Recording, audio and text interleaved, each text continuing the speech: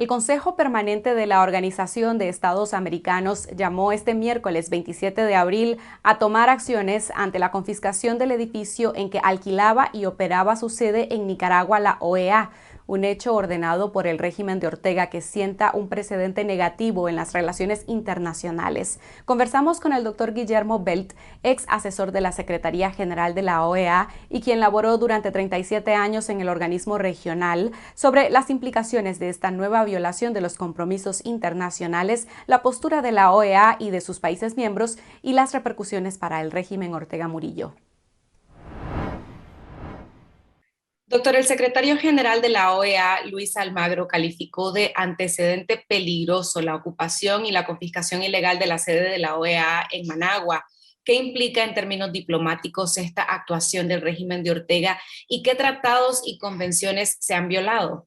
Es una violación gravísima de un principio fundamental por el que se rigen las relaciones entre estados y también las relaciones entre estados y organismos internacionales. Naturalmente, las primeras son las más antiguas, son antiquísimas.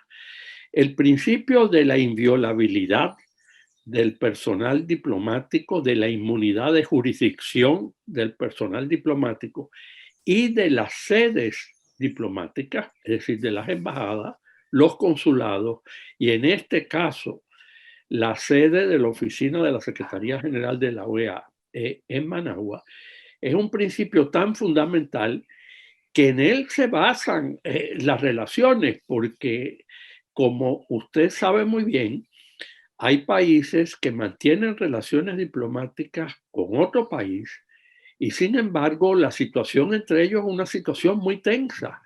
Pero el país tiene a sus diplomáticos en el otro país, a pesar de la dificultad en las relaciones que pueda tener en determinado momento, porque están totalmente amparados por ese principio. Es decir, esas personas son intocables. No se les puede arrestar, no se les puede enjuiciar, sus propiedades no se pueden incautar, no pueden ser objeto de ningún tipo de apremio fiscal, inclusive. Entonces, lo que ha hecho el régimen de Ortega y Rosario Murillo en Managua con respecto a la oficina de la OEA allá, que es tomarla militarmente por la fuerza, entrar en ese local por la fuerza. Suponemos que se han adueñado de los archivos, puesto que se han adueñado de todo el local. Los archivos también son inviolables. Ha vulnerado absolutamente ese principio en una forma que le puedo asegurar que en la muy larga historia de la OEA no tiene precedente. No ha ocurrido nada ni parecido.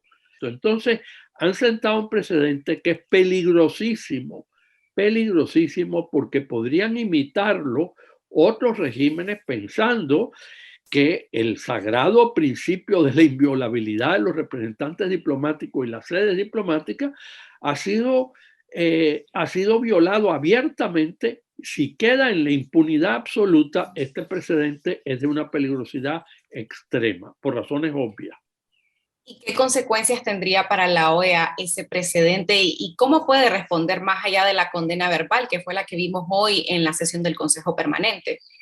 Mire, es difícil imaginar qué más puede hacer en el ámbito propio de la OEA, pero como aquí se han violado principios del derecho internacional reconocidos por todos los países del mundo, creo yo, y en este momento no puedo aventurarme más allá de lo que le voy a decir ahora, pero yo creo que cabría llevar esto al plano internacional de alguna forma, puesto que esto no afecta solamente a la OEA, no afecta solamente a sus Estados miembros. Hoy lo ha dicho, por cierto, con gran claridad el embajador de Antigua y Barbuda en la sesión de la OEA.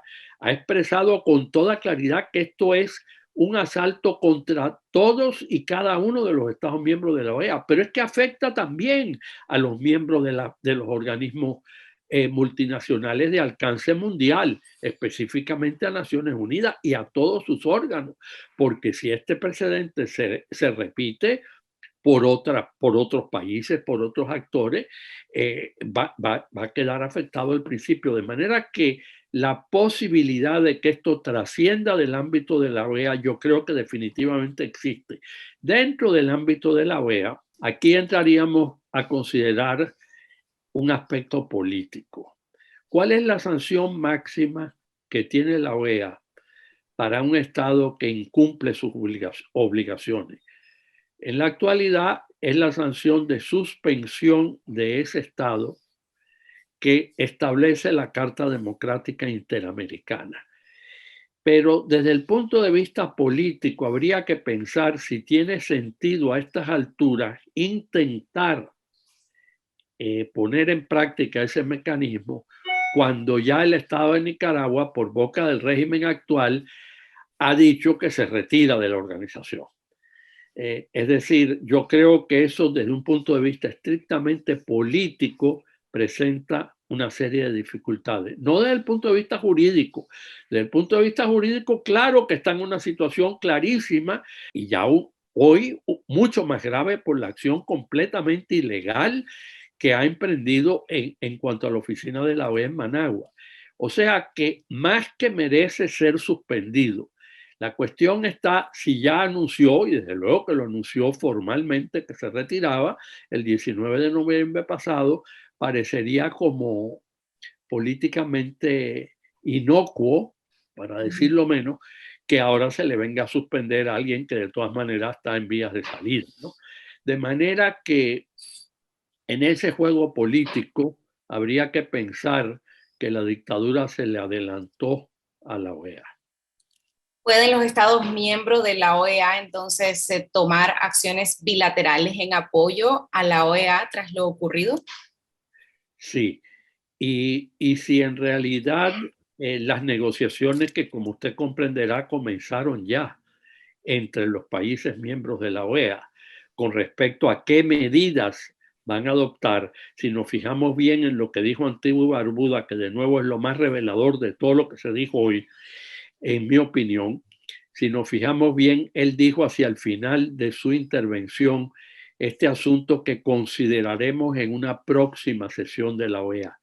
Eso no es de ninguna manera una táctica dilatoria. Lo que ocurre es que es necesario, han pasado muy pocas horas, y es necesario hacer las gestiones diplomáticas usuales en estos casos para lograr el apoyo del mayor número de países que se puedan sumar a algún proyecto de resolución que por lo pronto comenzaría como mínimo por condenar los hechos que son de público conocimiento. Eso requiere negociaciones, conversaciones, y por eso yo creo que se anunció que de alguna forma, dijo el embajador de Antigua y Barbuda, que esto se consideraría en una próxima sesión, sin ser más específico. Ahora bien, una vez que se produzca lo que sea que el Consejo en definitiva logre reunir en términos de número apreciable de votos, y no hace falta más que mayoría simple, por cierto, pero en un caso como este se va a buscar una mayoría muy amplia. Una vez que eso se produzca, habrá que ver si se lleva a algún otro plano, puesto que se ha mencionado mucho hoy en el curso de las intervenciones la Convención de Viena, que como usted sabe es un tratado de alcance internacional. Entonces ya si lo que se decide presentar es el caso en términos de la violación de la Convención de Viena, entonces definitivamente esto debería seguir el camino correspondiente en el plano internacional, rebasando el ámbito de la OEA. Y eso traería consecuencias, potencialmente consecuencias sumamente graves para el régimen nicaragüense. En el marco de esas negociaciones, ¿podríamos esperar algún cambio en las posturas de países? Hoy, por ejemplo, en el Consejo Permanente vimos las posturas de Bolivia, México y Argentina abogando por la defensa de los principios de la inviolabilidad de las sedes diplomáticas, el respeto a los derechos humanos, el respeto al derecho internacional, rechazando las violaciones a esos derechos. podría significar un distanciamiento de estos países que en algunas ocasiones se han abstenido de condenar al régimen? Mi opinión personal, lo que hizo notablemente México, en menor medida Argentina y en menor medida también Bolivia, pero lo que hizo México fundamentalmente al hacer una mención bastante larga de una situación lamentable que se produjo en Bolivia con respecto a la embajada mexicana en ese país, en mi opinión, es una manera de distraer la atención de lo que ocurrió en Nicaragua. Estamos hablando de lo que acaba de ocurrir en Nicaragua y la señora embajadora de México dedica varios minutos de su intervención a contar de nuevo lo que ocurrió en Bolivia, como diciendo, esto no es la primera vez que ocurre. No ese es el tema que se llevó hoy. Entonces yo lo veo como una maniobra de distraer la atención de la gravedad del hecho que se ha producido por parte del gobierno de Nicaragua. Y por eso no espero ningún cambio de parte de México. En cuanto a decir que defienden la inviolabilidad diplomática, no podían decir otra cosa. Es decir, no hay ningún Estado miembro responsable que se le ocurra decir otra cosa. Esa es una declaración para la galería. Bolivia tuvo que contestar, obviamente, porque fue aludido y lo hizo con mucha elegancia, pero tenía que contestar porque había una alusión directa a algo que ocurrió en Bolivia y se ve un representante en esos casos en la obligación de decir algo, ¿no? Me parece a mí que lo dijo muy bien. Pero yo no anticipo con toda franqueza ningún cambio en la posición de estos países, que es básicamente y por todos los medios tratar de excusar acciones del régimen nicaragüense. Más me llamó la atención la posición de Costa Rica hoy. ¿Por qué? Sí porque la posición de Costa Rica esencialmente en una intervención muy breve consistió en un llamamiento al diálogo. Esto no se trata de diálogo, aquí se trata de responder a una agresión, a una violación flagrante de un principio rector fundamental del derecho internacional. Hablar de diálogo en este momento a mí me parece francamente una total imprudencia, totalmente fuera de lugar, y no quiero ser aún más duro en mi juicio, aunque me siento seriamente tentado a decir algunas cosas más.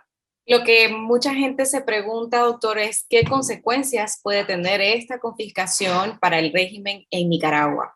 Yo esperaría que el gobierno de Estados Unidos, por la sencilla razón del peso enorme que tienen organismos financieros internacionales, concretamente el Banco Interamericano, concretamente el Fondo Monetario Internacional, yo esperaría que en consecuencia con los principios que ha reiterado el representante interino de Estados Unidos hoy, Estados Unidos de una vez por todas ya dé instrucciones a sus representantes en esos organismos para que no aprueben bajo ningún pretexto ningún préstamo de ahora en adelante para el gobierno de Nicaragua. Ya sé que no ha habido préstamos nuevos por parte del Banco Interamericano, ya lo sabemos todo, pero que quedara constancia de que Estados Unidos, haciendo uso de su voto y de sus amigos y de su influencia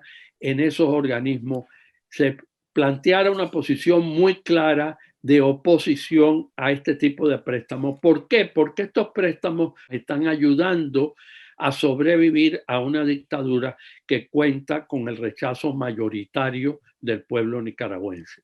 Y no me parece que en nombre de la defensa de ese pueblo, que es lo que se pretende esgrimir como excusa o como justificación, se esté financiando al gobierno, haciendo ver que son préstamos que se dan para beneficio del pueblo. Si los préstamos los maneja el gobierno, ese beneficio al pueblo no lo veo yo por ninguna parte, con toda franqueza. También me gustaría ver de parte de los países miembros de la OEA alguna acción diplomática por la vía bilateral que exprese claramente su rechazo. Ahí podemos hablar de muchas posibilidades. Una sería un retiro de embajadores, que tiene una consecuencia, simplemente es un gesto diplomático, como usted sabe. No estamos hablando de cierre de embajadas. Prácticamente ningún país quiere cerrar su embajada en otro país. Quiere mantener algún tipo de visión sobre lo que está ocurriendo, visión en el terreno. Entonces, eso lo entendemos todos. Pero también existe el gesto de desagrado diplomático muy clásico y muy conocido, que consiste en retirar al embajador.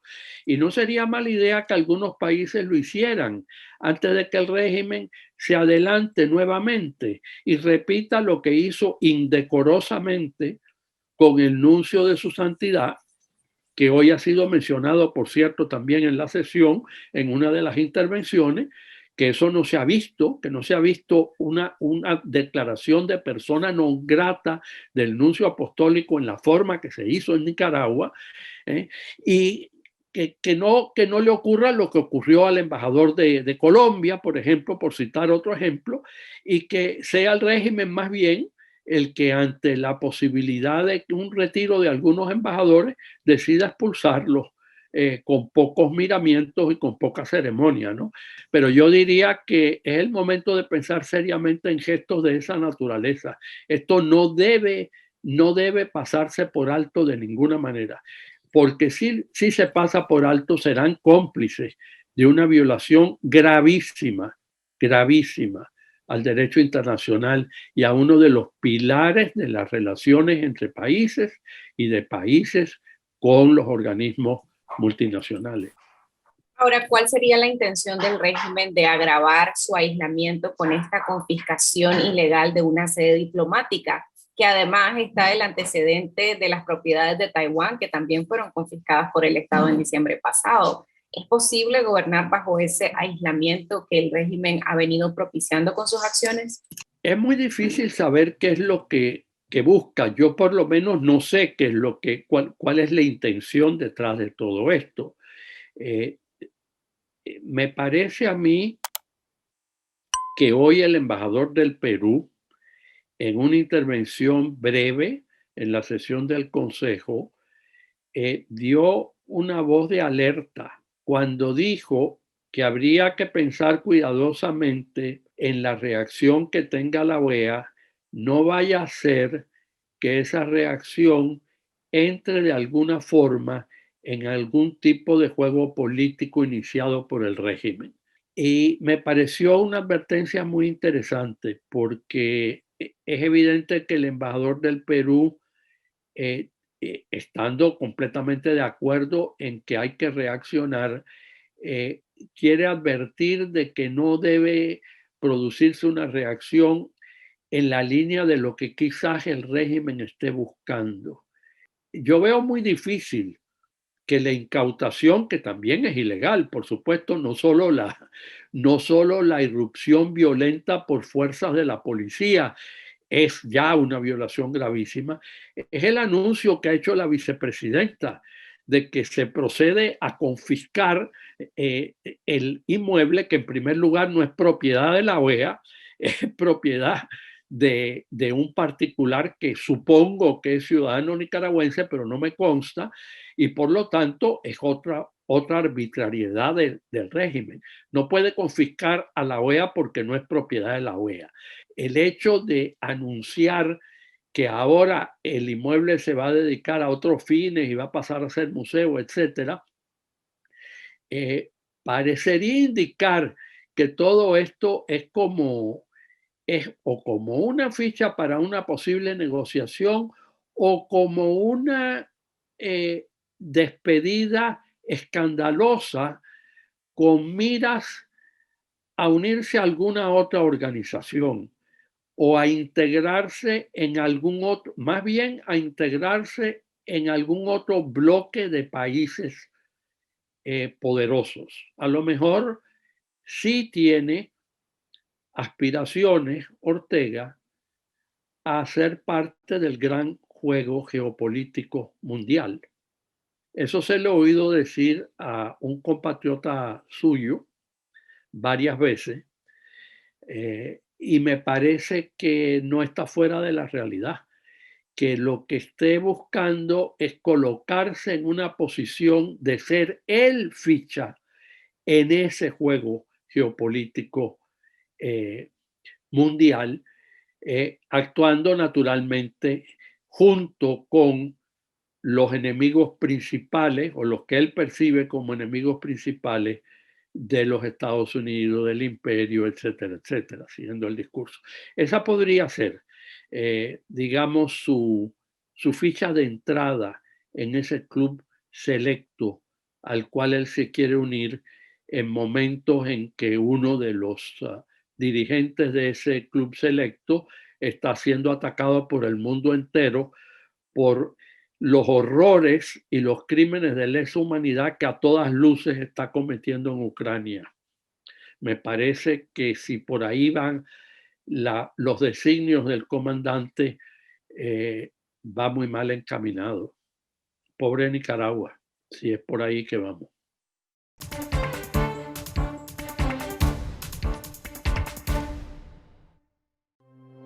Confidencial, 25 años investigando y contando la verdad, la política, la economía y la sociedad.